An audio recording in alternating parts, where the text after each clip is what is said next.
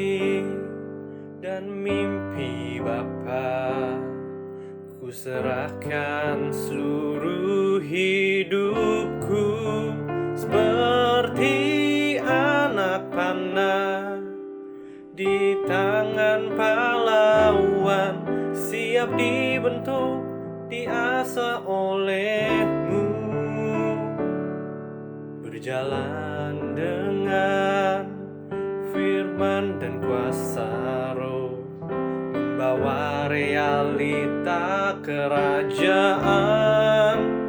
Perkenanan Tuhan telah nyata atas kita, bersama tuntaskan tugas kerajaan,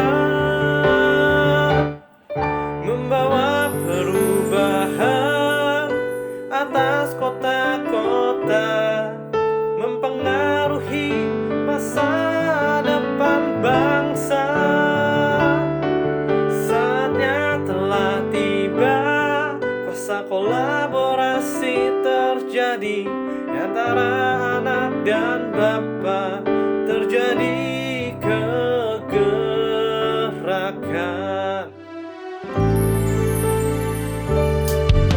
Terima visi dan mimpi Bapa, ku serahkan seluruh hidupku seperti anak panah di tangan pahlawan, siap dibentuk, diasah olehmu. Berjalan dengan firman dan kuasa Roh, membawa realita kerajaan. Perkenanan Tuhan telah nyata atas kita, bersama tuntaskan tugas kerajaan,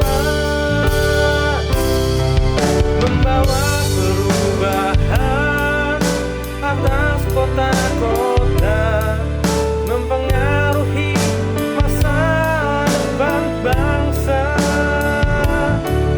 Saatnya telah tiba, kuasa kolaborasi terjadi di antara anak dan Bapa, terjadi kegerakan.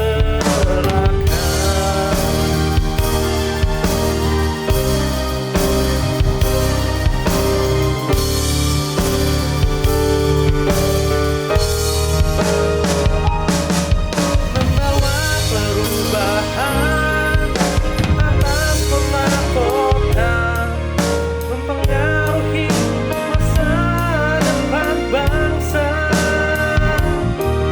Saatnya telah tiba, masa kolaborasi terjadi antara anak dan Bapa, terjadi kegerakan. Biar kemuliaan Tuhan nyata atas dunia, terdengar pujian dari setiap rumah.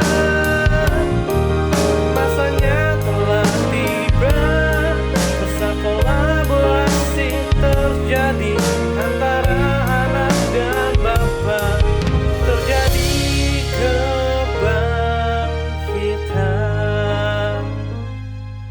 Masanya telah tiba, kuasa kolaborasi terjadi antara anak dan Bapa, terjadi kebangkitan.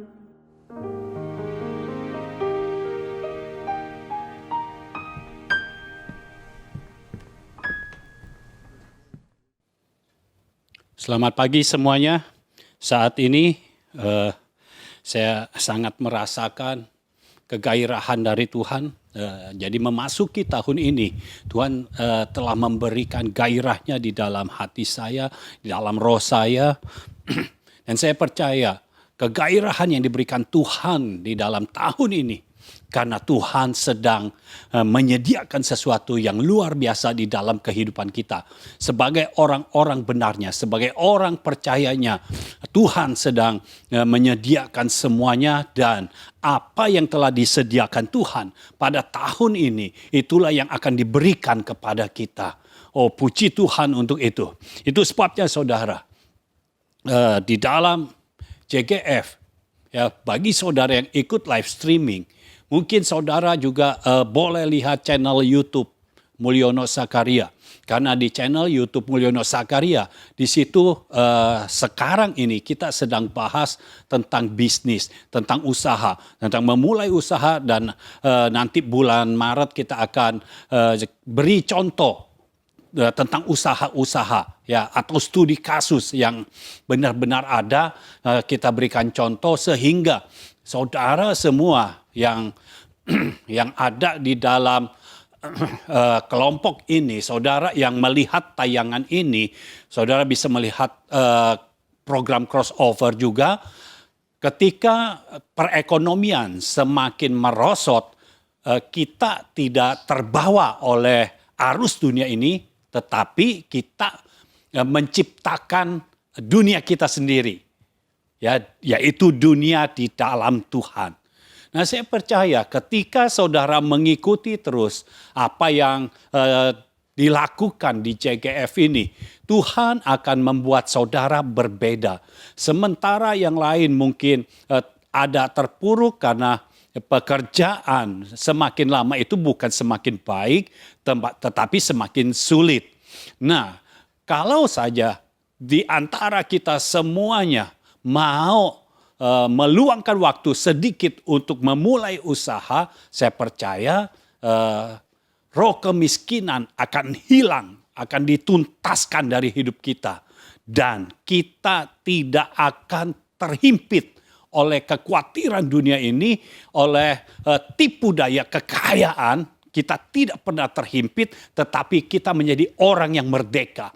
Itu sebabnya saudara, di setiap hari Sabtu, saya akan sampaikan firman kerajaan, sehingga saudara diberikan kelepasan dari sakit penyakit, kelepasan dari segala masalah. Dan di dalam program crossover itu adalah sehari-harinya saudara. Sehingga kalau saudara mengikuti semuanya, saudara bisa hidup di dalam kemerdekaan ilahi. Dan saya percaya tahun ini adalah tahun di mana seluruh firman, seluruh janji Tuhan digenapi dalam hidup kita.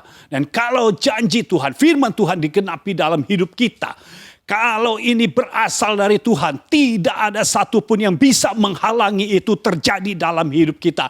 Tidak ada satu kuasa pun di dunia ini yang bisa menghalangi, merintangi untuk terjadinya kuasa Tuhan, untuk terjadinya penggenapan firman, penggenapan janji di dalam hidup kita. Nah, saya percaya inilah yang pasti terjadi pada tahun ini. Itu sebabnya di dalam tayangan ini akan ada sesuatu yang baru, ya. Sementara ini saudara sudah menikmati, yang di channel YouTube saudara bisa menikmati sebelum masuk di dalam firman, saudara menikmati satu lagu yang diciptakan oleh saudara David, ya, seorang anak muda yang berpotensi dan diurapi Tuhan. Jadi dia menciptakan lagu, dia mendapat ide itu dari Tuhan pastinya, dan sudah saudara bisa dengar lagunya cukup enak, dan saudara pasti tanpa disadari waktu mendengar itu saudara bisa menyanyikannya juga.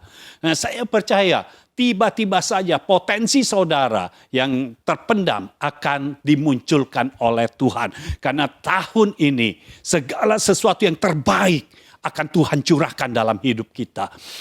Segala sesuatu yang paling baik itulah yang terjadi dalam hidup kita.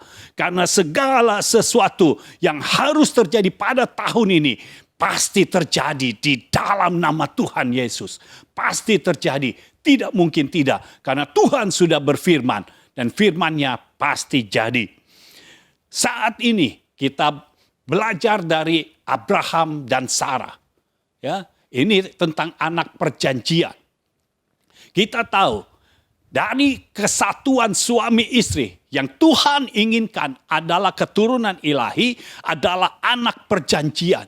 Bukan sembarangan anak, bukan anak secara daging saja, tetapi anak perjanjian. Nah, saya mau kita melihat bersama-sama, kita akan bahas tentang Abraham dan Sarah ini sejak dari Abraham menerima janji Tuhan, sejak Abraham menerima firman Tuhan sampai penggenapannya. Dan kita akan melihat bahwa Tuhan selalu setia dan benar-benar menjaga, melindungi, menyertai kita karena firman yang ada di dalam kita tidak mungkin terbuang sia-sia.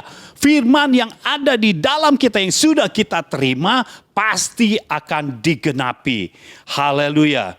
Mari kita buka dalam Kejadian pasal 12 ayat 1 sampai ayat yang ketiga. Saya percaya kalau saudara menerima firman Tuhan ini, di dalam rohmu engkau menerima, maka janji Tuhan kepada Abraham ini akan menjadi janji Tuhan kepadamu juga.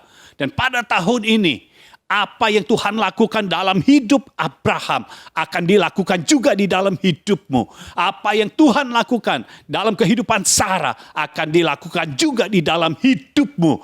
Tuhan sedang bergerak. Dan malaikatnya sudah diutus untuk membuat semua firman itu mencapai penggenapannya.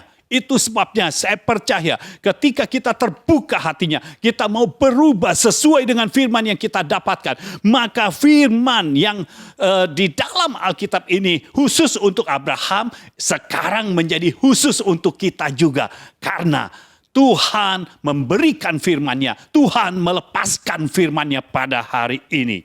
Kejadian 12 ayat 1 sampai ayat yang ketiga. Berfirmanlah Tuhan kepada Abram. Pergilah dari negerimu dan dari sanak saudaramu. Dan dari rumah bapamu ini ke negeri yang akan kutunjukkan kepadamu. Aku akan membuat engkau menjadi bangsa yang besar. Dan memberkati engkau serta membuat namamu masyhur.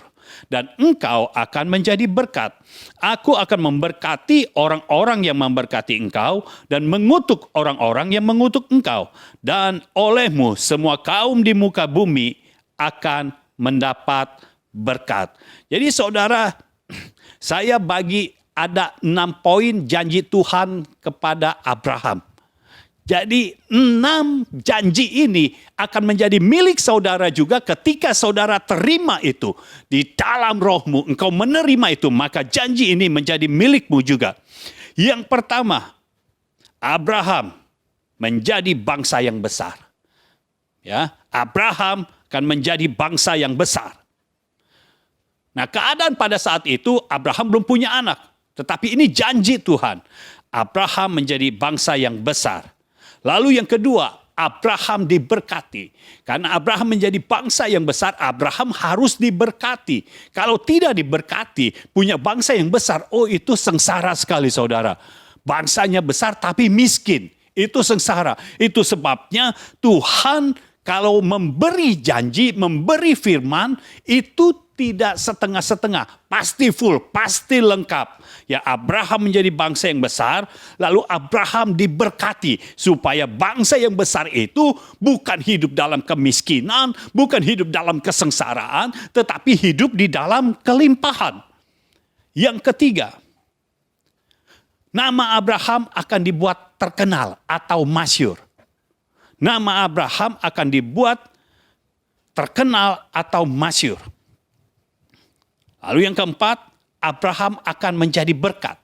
Jadi tujuan Abraham menjadi terkenal supaya Abraham menjadi berkat. Ya, dia sudah dikenal supaya menjadi berkat. Tetapi ingat saudara, ketika Tuhan berkata bahwa kita akan menjadi berkat, bukan berarti kita bisa dimanfaatkan oleh orang lain. Kita menjadi berkat karena Tuhan, artinya kita bisa memberi berkat kepada orang lain sesuai dengan tuntunan Tuhan. Bukan sesuai dengan permintaan orang lain. tetapi sesuai dengan permintaan Tuhan. Jadi saudara harus ingat, kalau Tuhan sudah memberkati saudara, jangan sembarangan memberi kepada siapapun juga. Ikuti tuntunan Tuhan di dalam memberi. Ya, berapa harganya, berapa rupiahnya, atau berapa dalam mata uang apapun juga. Saudara harus memberi, mengikuti tuntunan Tuhan. Jangan mengikuti permintaan orang, tetapi ikuti tuntunan Tuhan. Ya. Jadi intinya kita ikuti tuntunan Tuhan. Kalau ada orang yang minta tetapi Tuhan juga setuju, ya kita ikuti. Tapi bukan permintaan orang yang kita ikuti, tuntunan Tuhan di dalam kita lah yang kita ikuti. Jadi saya berharap saudara semua mengerti akan hal ini. Dan saudara juga kalau sudah diberkati, bukan berarti saudara bisa seenak-enaknya memakai berkat yang dari Tuhan itu. Saudara pakai foya-foya, saudara pakai untuk melampiaskan segala keinginan yang terpendam. Yang dulu tidak bisa dilakukan, sekarang dilakukan. Tidak begitu, tetap kita ikuti tuntunan Tuhan. Kalau kita mau membeli sesuatu untuk kita beli yang bagaimana? Ya. Lalu apakah kita boleh membeli barang ini? Jadi tetap ikuti tuntunan Tuhan. Saya katakan seperti ini karena ada keyakinan di dalam hati saya bahwa kita akan hidup di dalam berkat Tuhan dan kita akan hidup di dalam berkat yang berkelimpahan. Karena ini janji Tuhan. Itu sebabnya saya harus memberikan awasan terus. Supaya saudara ketika menerima berkat itu, saudara tidak menjadi angkuh, saudara tidak menjadi sombong. Tetapi saudara tetap hamba Tuhan yang mengikuti jalan-jalan Tuhan, yang mengikuti tuntunan Tuhan, mengikuti tuntunan Roh Kudus. Ya, tahun ini, biar segala hal terjadi dalam hidup kita. Lalu yang kelima, ini janji Tuhan. Yang memberkati Abraham akan diberkati Tuhan. Yang mengutuk Abraham akan dikutuk Tuhan.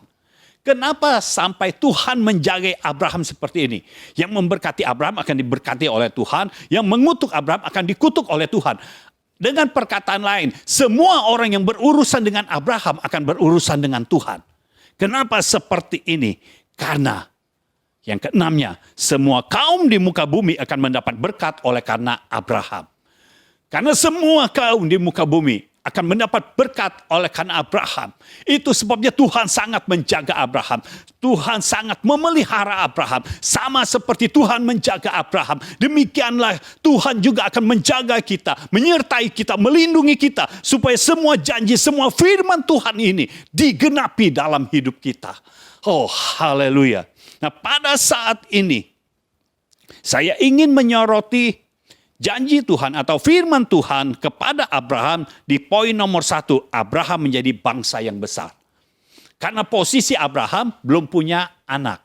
Ya, itu sebabnya kita mau bahas yang poin ini saja. Abraham menjadi bangsa yang besar. Artinya ini soal keturunan. Ya, ini soal anak.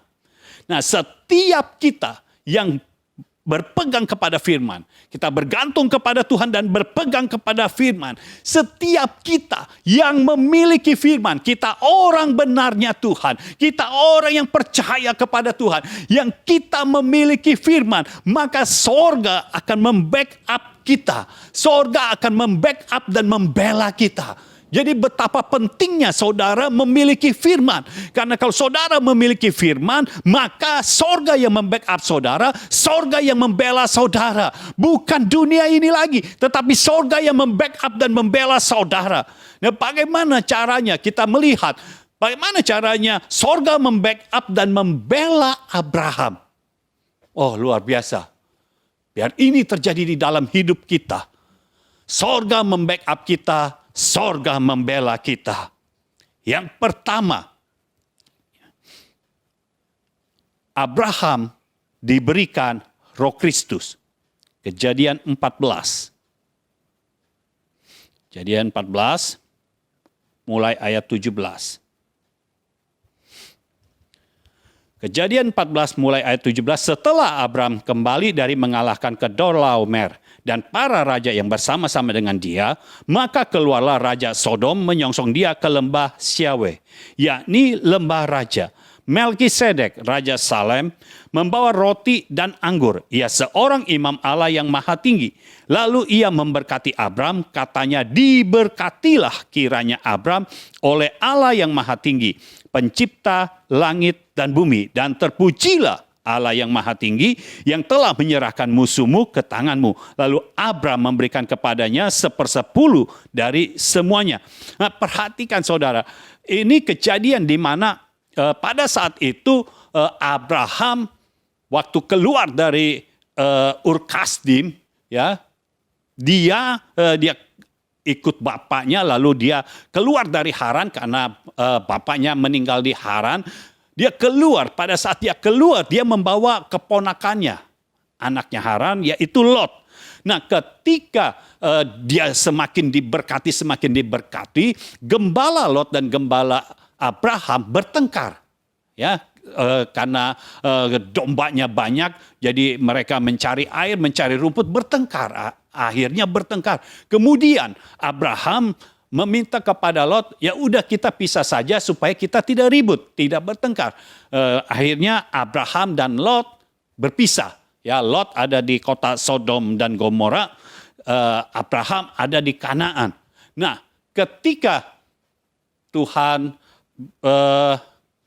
bekerja di dalam kehidupan Abraham, maka Abraham membuat Lot yang seharusnya tidak ikut bersama dengan dia itu terpisah.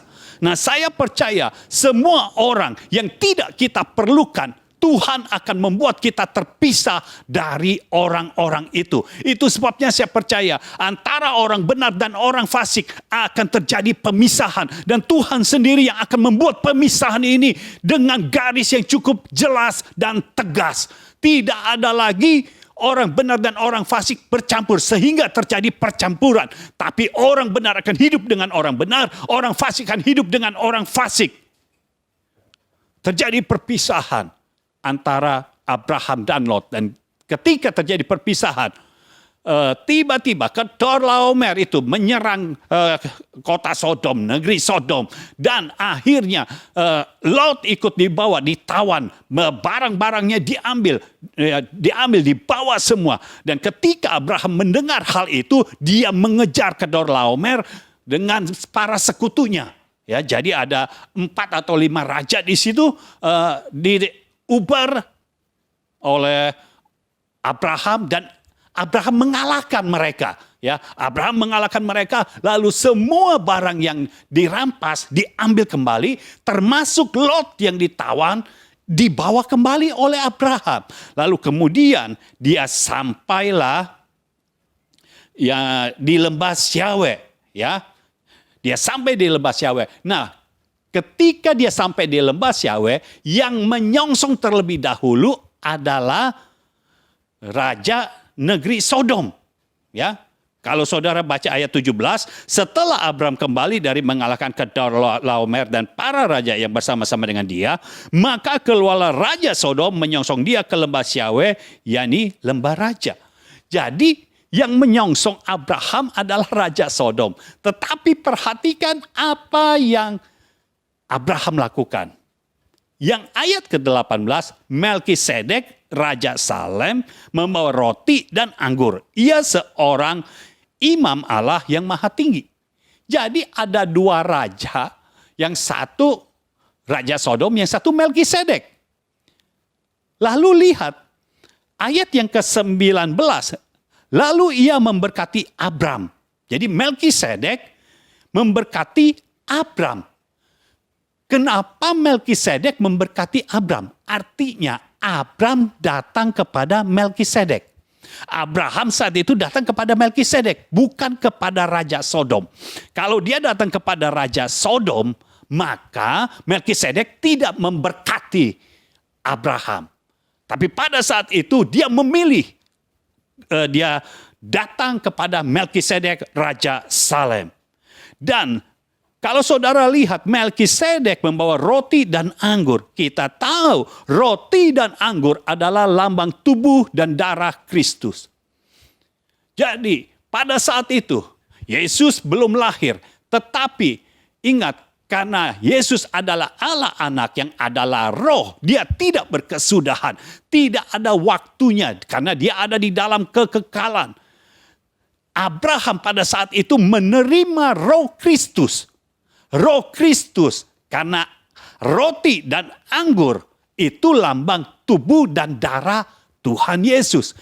Sehingga pada saat itu juga Abraham hidup di dalam kesucian darah Kristus.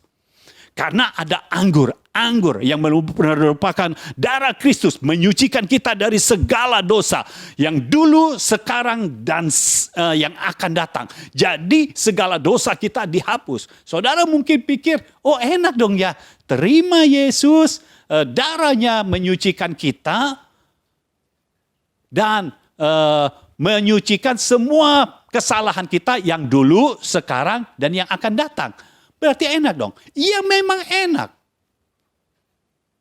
Tetapi kenapa tidak seluruh dunia menerima Yesus? Padahal enak. Ya. Memang demikianlah adanya. Karena kita tidak bisa menebus diri kita sendiri. Yesus yang menebus kita. Bukan berarti saudara jadi sewenang-wenang. Saudara bisa melakukan apa saja sesuai keinginanmu. Tidak begitu. Karena ingat, selama saudara hidup, apa yang saudara lakukan selalu ada konsekuensinya. Saudara lakukan yang baik, saudara akan mendapatkan yang baik. Saudara lakukan yang jahat, saudara akan menerima yang jahat juga. Jadi ada konsekuensinya. Kalau terima Yesus masuk surga, masuk surga. Itu. Tapi selama saudara hidup di dunia ini, ada konsekuensi dari apa yang saudara lakukan. Lalu tubuh Yesus, ya. Tubuh Yesus yang terluka itu di dalam bahasa Alkitab oleh bilur-bilurnya kita telah menjadi sembuh. Itu supaya ketika kita terima Yesus, kita menerima Roh Kristus yang membuat kita menjadi sembuh. Nah, kenapa kita bisa menjadi sembuh? Kita merdeka dari sakit penyakit, kita merdeka dari setiap masalah karena Roh Kristus. Ya, roh yang ada pada Yesus Kristus itu ada di dalam kita. Dan Roh Kristus adalah roh yang sudah menang atas iblis, dosa, dan maut. Jadi sorga membackup Abraham. Abraham sudah punya firman. Sorga membackup. Diberikanlah Roh Kristus. Nah, dengan Roh Kristus, maka segala sesuatu yang ada di dalam kehidupan Abraham, beberapa kelemahan yang ada di dalam kehidupan Abraham tertutup karena ada darah Kristus, karena ada Roh Kristus. Haleluya. Itulah yang terjadi. Saat ini mungkin saudara belum nangkap kenapa Abraham diberikan Roh Kristus. Untuk apa? Nanti di penghujung kita akan tahu, ya, bahwa ini sangat berguna untuk Abraham. Lalu perhatikan saudara, ketika kita sudah memilih untuk menerima Yesus Kristus, ya, Abraham memilih untuk menerima Yesus Kristus. Dan semua orang yang menerima Yesus Kristus pasti di dalam hatinya ada roh untuk memberi. Itu sebabnya Abraham memberikan perpuluhan. Dia memberikan perpuluhan, ya. Jadi kalau Roh Kristus ada di dalam kita, pasti kita mau memberi. Ya. Yang paling dasar adalah memberi perpuluhan. Jadi kita memberi perpuluhan karena Roh Kristus ada di dalam kita. Sama seperti Abraham. Dia menerima Roh Kristus lalu dia memberikan 1/10 kepada Melkisedek. Lalu perhatikan saudara, ketika dia menghadapi Raja Sodom, dia tidak tertarik sama sekali untuk menerima semua hal yang berasal dari Raja Sodom. Saudara, kalau engkau sudah hidup di dalam Kristus, engkau menerima Kristus dan engkau hidup di dalam berkat Tuhan, seharusnya tawaran dari dunia ini tidak membuat engkau tertarik lagi. Engkau akan tertarik dengan tawaran sorga. Tawaran dari dunia ini tidak akan membuat engkau tertarik. Itu sebabnya saya percaya orang yang sudah menerima Yesus dengan sungguh-sungguh, orang yang sudah menerima Roh Kristus, maka dia tidak akan hanyut oleh dunia ini, oleh keadaan dunia ini, karena dia berasal dari sorga. Berkat atau kelimpahan yang dari dunia ini dia tidak akan mau. Karena yang dia mau adalah berkat dan kelimpahan yang dari sorga. Ya, segala harta dari dunia ini dia tidak mau. Tetapi apa yang berasal dari sorga itu yang dia mau. Harta dunia ini bisa banyak, mendapatkannya cepat. Itu sebabnya orang yang sudah terima Yesus, orang yang di dalamnya ada Roh Kristus tidak pernah mau menyentuh narkoba. Kenapa? Karena dia tahu tubuhnya adalah bait Allah. Di dalamnya ada Roh Kristus, di dalamnya ada Roh Kudus. Dan dia juga tidak akan berbisnis narkoba. Kenapa? Karena itu membuat orang lain jadi sakit. Sedangkan ketika Tuhan berjanji kepada Abraham, ketika Tuhan memberikan firman kepada Abraham, Abraham akan menjadi berkat bagi orang lain. Dan orang yang sudah terima Yesus, yang menerima Roh Kristus, pasti mau menjadi berkat bagi yang lainnya. Itu sebabnya dia tidak akan mengambil uang yang bukan miliknya dari dunia ini. Dia akan menerima segala sesuatu berasal dari sorga. Haleluya. Nah yang kedua saudara, sorga membackup bagaimana caranya. Hidup dalam ikatan janji. Kejadian 17. Kejadian 17 ayat 1 dan 2. Ketika Abram berumur 99 tahun, maka Tuhan menampakkan diri kepada Abram dan berfirman kepadanya, "Akulah Allah yang Maha Kuasa, hiduplah di hadapanku dengan tidak bercela. Aku akan mengadakan perjanjian antara aku dan engkau, dan aku akan membuat engkau sangat banyak." Jadi firman yang disampaikan kepada Abraham itu benar-benar dijaga oleh Tuhan. Kalau saudara perhatikan di dalam pasal yang ke-15, Tuhan juga mengulang janjinya. Tuhan mengulang janjinya tentang anak, tentang keturunan, tentang bangsa yang besar. Dan di Kejadian 17, Tuhan mengulang lagi. Dan kali ini bedanya di Kejadian 17, Tuhan membuat ikatan janji. Apa maksudnya membuat ikatan janji? Supaya semua firman, semua janji yang Tuhan berikan kepada Abraham itu sudah dimeterai dan pasti digenapi. Dan saya percaya saat ini Tuhan mau kita hidup dalam ikatan janji. Supaya setiap firman, setiap janji yang Tuhan berikan ke dalam hidup saudara, itu semuanya bisa digenapi. Karena hanya di dalam ikatan janji, maka semua firman itu bisa digenapi. Itu sebabnya saudara, Tuhan membawa kita kepada pola pembapaan. Pola pembapaan adalah satu pola yang dasarnya adalah hubungan ikatan janji. Hubungan ikatan janji antara Bapa rohani dengan anak rohani. Di situ ada ikatan janji. Dan diikatnya dengan apa? Dengan Roh Kristus. Dengan Roh Kudus. Jadi diikatnya di antara Bapa dan anak ada Tuhan. Jadi saudara mengerti sekarang bahwa hubungan ikatan janji itu sangat penting sehingga semua firman, semua janji itu bisa digenapi. Itu sebabnya Tuhan berikan firman-Nya. Dia kasih lagi ke Abraham, diingatkan lagi, ini firman-Nya, diingatkan lagi. Saudara yang sudah terima firman, saya percaya Tuhan kembali mengingatkan firman apa yang ada di dalam hidupmu. Tuhan mengingatkan. Dan pada hari ini, saudara bukan hanya diingatkan saja, tetapi saudara mau dibawa oleh Tuhan masuk di dalam ikatan janji. Supaya janji Tuhan itu benar-benar terikat. Dan hanya engkau yang menerima firman, yang menerima janji ini, yang menerima janji dan firman itu. Biar Tuhan sendiri bekerja di dalam hidup saudara. Jadi sorga selalu membackup orang yang punya firman, orang yang memiliki firman, orang yang memiliki janji Tuhan. Sorga membackup. Ya, saudara tenang saja, kalau saudara punya firman, saudara pegang kuat-kuat saja, maka Tuhan akan bekerja di dalam hidup saudara. Nah sekarang lihat isi perjanjiannya. Saya ambil dari Kejadian 17, ya Kejadian pasal 17. Baca dulu ayat 4 sampai ayat 8. Kejadian 17 ayat 4 sampai 8. Dari pihakku, inilah perjanjianku dengan engkau. Engkau akan menjadi bapa sejumlah besar bangsa. Karena itu namamu bukan lagi Abram, melainkan Abraham. Karena engkau telah kutetapkan menjadi bapa sejumlah besar bangsa. Aku akan membuat engkau beranak cucu sangat banyak. Engkau akan kubuat menjadi bangsa-bangsa. Dan daripadamu akan berasal raja-raja. Aku akan mengadakan perjanjian antara aku dan engkau, serta keturunanmu turun-temurun menjadi perjanjian yang kekal. Supaya aku menjadi Allahmu dan Allah keturunanmu. Kepadamu dan kepada keturunanmu akan kuberikan negeri ini yang kau diami sebagai orang asing.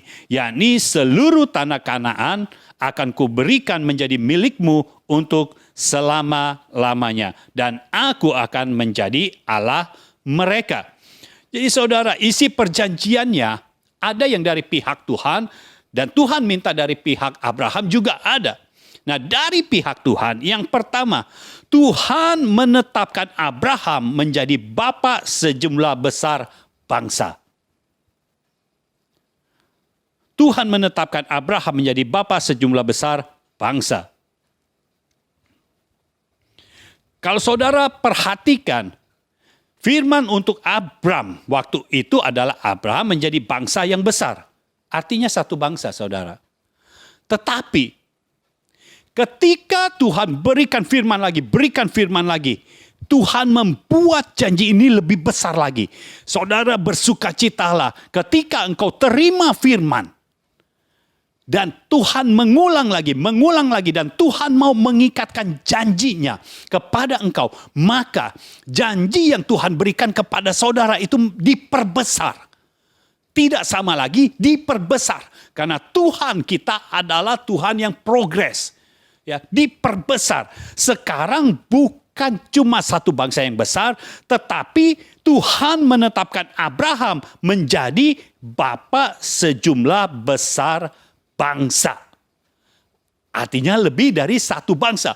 Dan memang itu sudah terjadi sekarang ini. Karena Abraham menjadi bapa dari bangsa-bangsa. Ya, semua orang Kristen bapaknya adalah Abraham. Dan orang Kristen ada di mana-mana. Dan orang yang agama lain juga ada yang ini bapaknya adalah Abraham. Dan itu ada di mana-mana. Jadi Abraham benar-benar menjadi bapa sejumlah besar bangsa. Oh, haleluya. Saya percaya firman yang kita terima akan diperluas oleh Tuhan. Akan diperbesar oleh Tuhan. Ketika Tuhan mengikatkan janjinya. Ketika dia mau kita hidup dalam ikatan janji dan kita masuk dalam hubungan ikatan janji ini. Maka Tuhan memperbesar firman yang pernah diberikan kepada kita. Yang kedua, Tuhan membuat Abraham beranak cucu sangat banyak menjadi bangsa-bangsa. Jadi anak cucu Abraham akan menjadi bangsa-bangsa. Bukan satu bangsa. Ya, tapi akan menjadi bangsa-bangsa. Kondisinya, Abraham belum punya anak. Tetapi dengar saudara, Tuhan kalau buat janji atau Tuhan memberikan firman, Tuhan tidak pernah melihat fakta kehidupan. Karena Tuhan kalau sudah berkehendak, kehendaknya lah yang pasti jadi. Itu sebabnya saudara, kalau saudara terima firman yang sepertinya kok tidak sesuai dengan fakta kehidupan, peganglah firman. Karena fakta kehidupan akan berubah. Tuhan waktu memberikan perjanjian ini kepada Abraham, Tuhan berpegang kepada janjinya, bukan kepada fakta kehidupan. Walaupun pada saat itu Abraham belum punya anak, tapi dari pihak Tuhan, Tuhan tetap akan membuat Abraham beranak cucu sangat banyak sampai menjadi bangsa-bangsa. Tuhan yang melakukan ini semua dan dia pasti akan melakukannya. Lalu yang ketiga, Tuhan membuat keturunan Abraham menjadi raja-raja.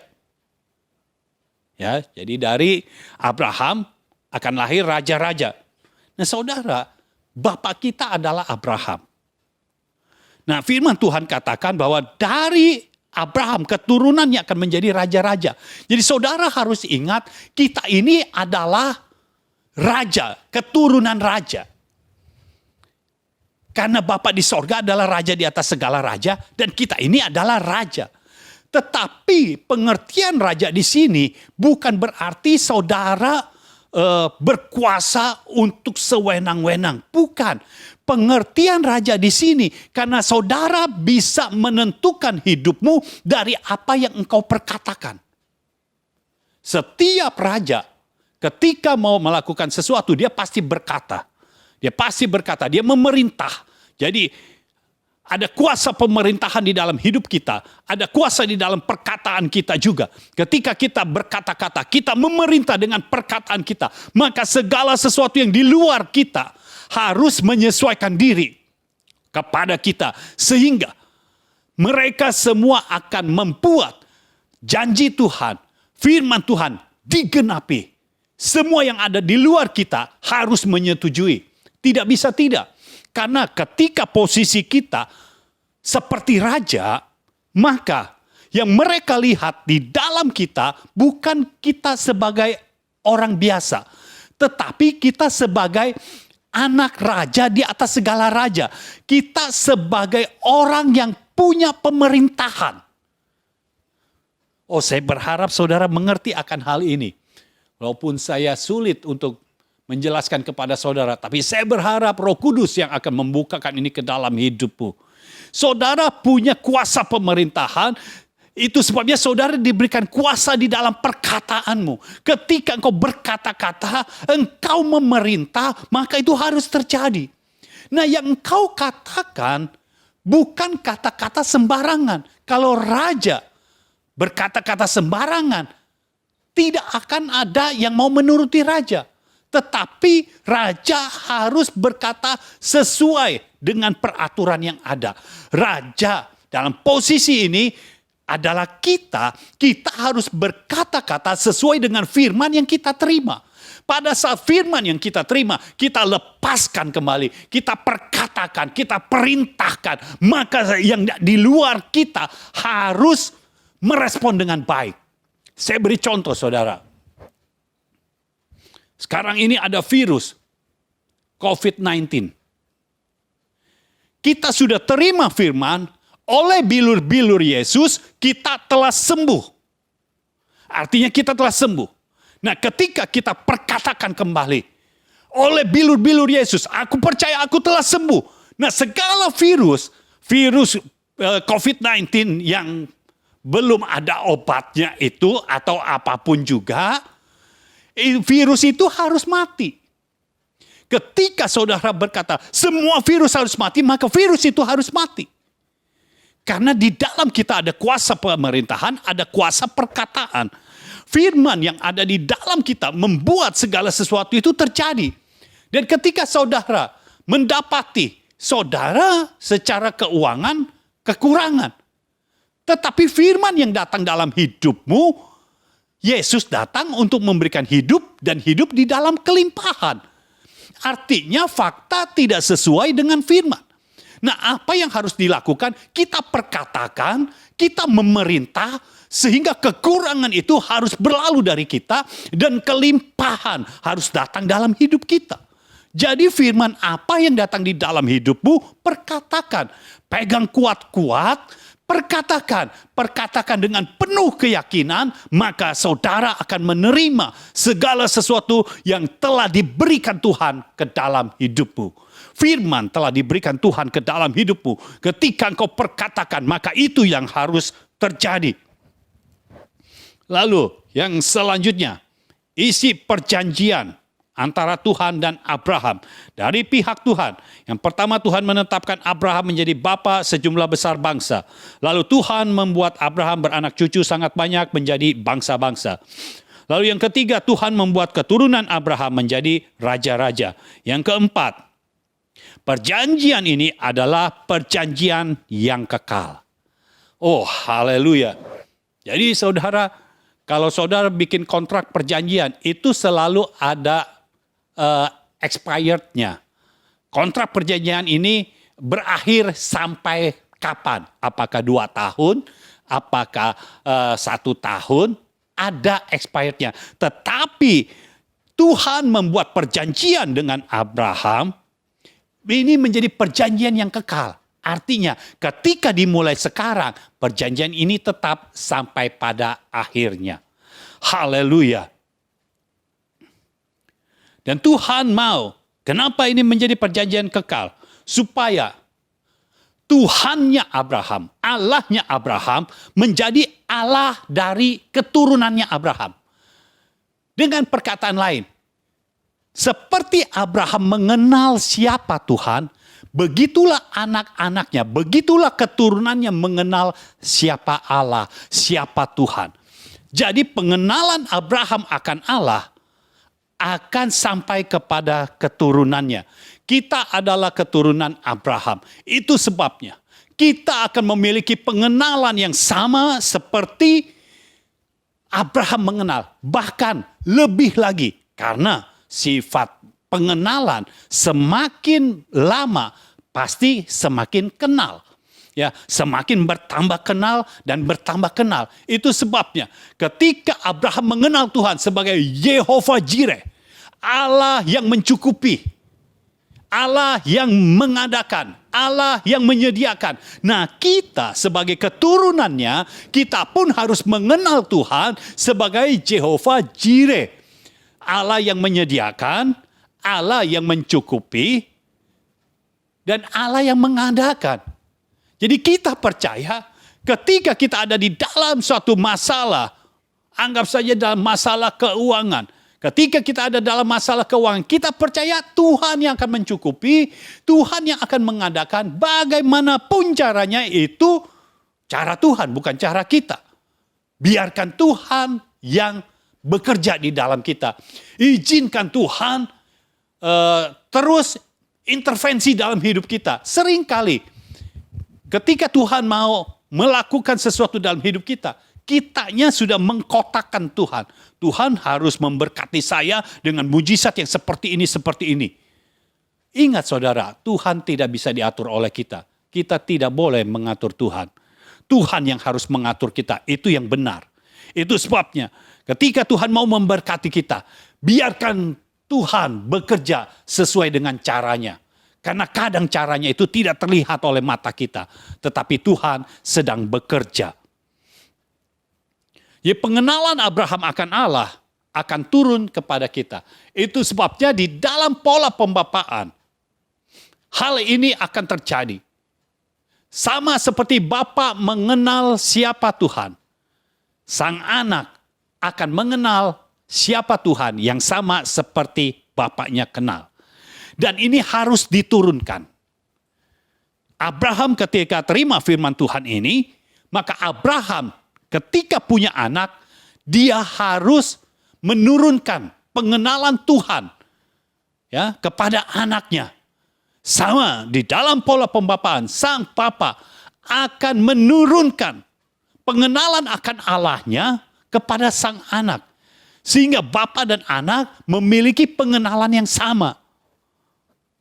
Dan kalau semua orang benar, semua orang percaya mengenal Allah dengan pengenalan yang sama, bisa saudara bayangkan apa yang akan terjadi di dunia ini. Semua orang benar akan bangkit di dalam Tuhan. Oh haleluya. Saya percaya Tuhan mau membangkitkan orang benar. Biar orang benar dibangkitkan Tuhan. Sehingga menempati posisi-posisi penting. Lalu yang kelima, isi perjanjiannya dari pihak Tuhan. Tuhan memberikan seluruh tanah Kanaan menjadi hak milik Abraham dan keturunannya. Oh haleluya. Tanah Kanaan ini adalah yang dilihat waktu Abraham disuruh lihat sekelilingmu. Sejauh Abraham bisa melihat, sejauh itulah milik kepunyaan Abraham. Dan kita tahu mata orang zaman dahulu tajam-tajam. Bisa melihat sampai jauh sekali. Ya, kalau kita ingat peristiwa Daud, dia dari soto rumah, soto istananya, dia bisa melihat Betsheba yang jauh. Artinya matanya tajam. Nah, Abraham matanya pun tajam. Dia bisa melihat sampai jauh. Dan sejauh yang Abraham lihat, itulah yang menjadi hak milik Abraham dan keturunannya. Dan ingat saudara, kita adalah keturunan Abraham. Kita adalah keturunan Abraham. Ini bicara tentang tanah. Itu sebabnya saya percaya minimal saudara punya tanah. Minimal saudara memiliki tanah. Saya percaya janji Tuhan kepada Abraham akan diberikan juga kepada kita. Itu sebabnya di tahun ini, saya deklarasikan di dalam nama Yesus, engkau yang belum memiliki rumah, engkau akan memiliki rumah karena Tuhan telah membuat ikatan janji. Tuhan akan memberikan kau rumah sehingga engkau bisa benar-benar membangun keluarga sesuai dengan firman Tuhan. Saat ini di dalam nama Yesus, biar Tuhan bekerja di dalam hati dan kehidupanmu. Biar suasana sorga turun atas kehidupanmu. Dan saya percaya Tuhan mulai bekerja di dalam nama Yesus. Ada rumah yang mulai ditunjukkan kepada saudara. Dan saudara yang belum memiliki akan segera memilikinya. Bukan kau menumpang, tetapi ini akan menjadi hak milik. Di dalam nama Yesus, terjadilah di dalam hidupmu. Tuhan sedang bekerja. Dan saudara juga akan menerima tanah. Karena tanah adalah warisan Tuhan untuk kita. Kita akan memiliki tanah. Saya percaya inilah yang pasti terjadi dalam hidup kita. Tuhan akan bekerja menurut jalannya. Sesuai dengan jalannya. Dan akan bekerja di dalam kehidupan kita. Dia sedang bekerja di jalan yang tidak terlihat oleh kita. Tapi tiba-tiba kita bisa melihat sesuatu terjadi dalam hidup kita. Tuhan sedang bekerja. Inilah waktunya anak perjanjian itu dilahirkan. Bukan anak yang tidak ada perjanjian, tetapi anak perjanjian. Kita adalah anak perjanjian dari Abraham. Kita adalah keturunan Abraham, keturunan yang hidup di dalam ikatan janji. Itu sebabnya saya percaya saudara yang hidup di dalam ikatan janji, maka saudara akan menerima semua isi perjanjian ini.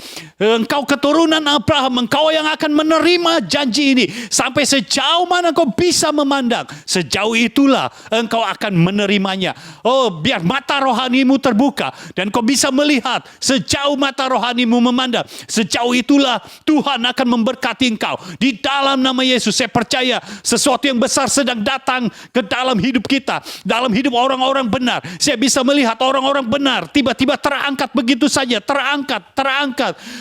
Kehidupannya naik. Tanpa campur tangan manusia. Tiba-tiba saja keadaannya menjadi naik. Oh, di dalam nama Yesus saya bisa merasakan di dalam roh Tuhan sedang bekerja. Itu sebabnya ada kegairahan demi kegairahan. Tuhan bekerja terus menembus hidup kita, terus menembus hati kita sampai kita memiliki kegairahan. Dan saat ini aku deklarasikan saudara-saudara semua yang ada mengalami sakit penyakit saat ini, kesembuhan datang di dalam hidupmu karena Tuhan sudah membuat engkau hidup dalam ikatan janji. Dan di dalam ikatan janji itu ada Roh Kristus, Roh yang sudah menang atas maut, Roh yang sudah menang atas iblis dan dosa, Roh yang sudah mengalahkan sakit penyakit. Itu sebabnya segala sakit penyakit yang ada di dalam tubuhmu saat ini pergi di dalam nama Yesus. Segala virus yang tidak berkenan mati dan keluar di dalam nama Yesus. Segala bakteri yang tidak baik mati dan keluar di dalam nama Yesus. Dan Tuhan bekerja saat ini mulai mengangkat engkau naik di dalam kemuliaannya. Engkau mulai masuk kemuliaannya di dalam nama Yesus. Terjadilah dalam hidupmu. Saya percaya inilah waktunya anak perjanjian dilahirkan. Inilah waktunya tahun 2021 ini anak perjanjian dilahirkan. Engkau dan saya dilahirkan pada tahun ini. Kita akan diestabliskan karena Tuhan sudah berjanji dan sudah mengikat kita di dalam perjanjiannya. Tuhan sedang bekerja di tengah-tengah kita. Izinkan dia bekerja menjamah engkau. Izinkan dia bekerja dan engkau tidak mengganggu dengan mengkotak-kotakan Tuhan. Biarkan dia bekerja. Dan terimalah mujizat dari Tuhan. Saya percaya ada mujizat yang baru yang datang di dalam hidupmu. Ada hal-hal yang baru, yang signifikan, yang supranatural terjadi dalam hidupmu. Akan terjadi dengan begitu saja karena ini hal yang supranatural. Hal yang supranatural tidak bisa dicapai dengan cara-cara manusiawi. Tapi Tuhan sedang bekerja di tengah-tengah kita. Saya percaya, saya bisa merasakan di antara kita ada Tuhan yang sedang bekerja. Dia menjamah engkau. Sementara dia menjamah roh saya, dia menjamah saya. Dia juga menjamah engkau. Dia menjamah engkau. Saat ini dia menjamah engkau. Supaya di dalam kita ada hubungan ikatan janji. Dan di dalam hubungan ikatan janji itu ada Tuhan. Dan Tuhan sedang bekerja saat ini menjamah engkau. Dia mau supaya firman yang ditanamkan di dalam hati dan kehidupanmu itu terrealisasi di dalam hidupmu, digenapi dalam hidupmu. Terjadilah pada tahun ini, biar terrealisasi semua firman, semua janji yang telah datang di dalam hidupmu. Terimalah di dalam nama Yesus. Haleluya. Oh, haleluya. Saudara ucapkan syukur kepada Tuhan. Haleluya. Terima kasih Tuhan. Terima kasih Tuhan. Terima kasih Tuhan. Terima kasih Engkau datang kepada kami dan Engkau mengikat kami di dalam perjanjian sehingga kami masuk dalam hubungan ikatan janji. Terima kasih Tuhan untuk itu. Karena ini artinya semua janji, semua firman yang kami terima itu pasti digenapi. Itu yang pasti dilaksanakan. Karena sudah ada perjanjiannya. Sudah ada ikatan janjinya. Terima kasih Tuhan. Dan ini adalah perjanjian yang kekal. Sejak zaman Abraham sampai sekarang zaman kami. Sampai zaman anak-anak cucu-cucu kami. Semua akan menerima perjanjian ini. Terima kasih Tuhan. Terima kasih. Untuk kebaikan-Mu. Untuk persediaan sorga. Yang Kau sediakan bagi kami. Yang Kau curahkan dalam hidup kami. Kami mengucap syukur Tuhan. Di dalam nama Yesus. Biar segala kemuliaan hanya bagi nama-Mu saja. Dan biar orang-orang benar dibangkitkan. Dan mempermuliakan Engkau. Dimanapun orang benar itu berada. Terima kasih Bapa. Kami mengucap syukur kepadamu. Di dalam nama Yesus. Amin. Amin. Amin.